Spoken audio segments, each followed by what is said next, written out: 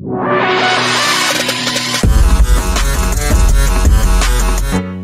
nga mga bro ay nanalo nga itong Barangay Ginebra kontra Meralco. Sa kapag kakapanalo nga nila ay nakuha na nga nila ang pangatlong spot.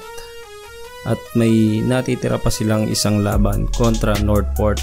Pero kahit nga matalo nga sila doon ay third spot pa rin nga ang babag sa kanila mga bro.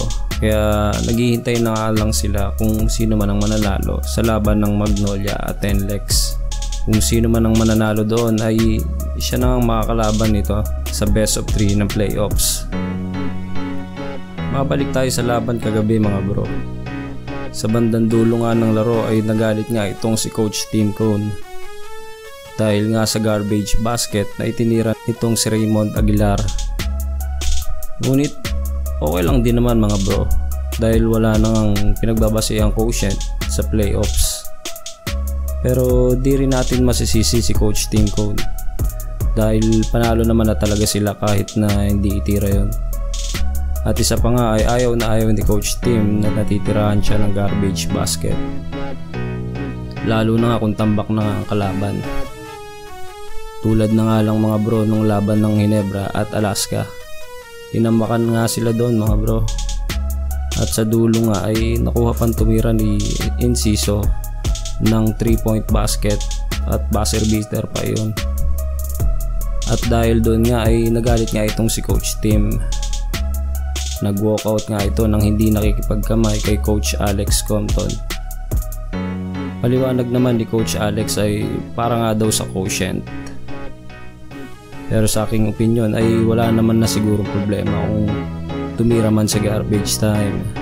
Dahil wala din naman sa rules na bawal tumira pagtambak na ang kalaban, lalo na nga kung may quotient na pinaglalabanan. Pero naintindihan ko rin naman si Coach Tim.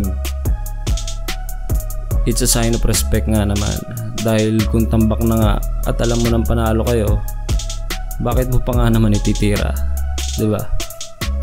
Kung alam mo naman na kahit tumira ka pa at sumablay yan, panalo pa din naman kayo, diba? Diba mga bro? Pero kung talaga naging issue yan sa PBA, siguro isama na lang sa rules na lagyan na lang ng violation na pag tumira ng garbage time ay may karapat dapat na violation na itawag. Yun ay para sa akin lang naman mga bro. Kayo, sa inyong palagay mga bro, ano bang dapat? Comment your opinion. Usap tayo sa comment section mga bro. That's it. This is Sports TV. Bye-bye.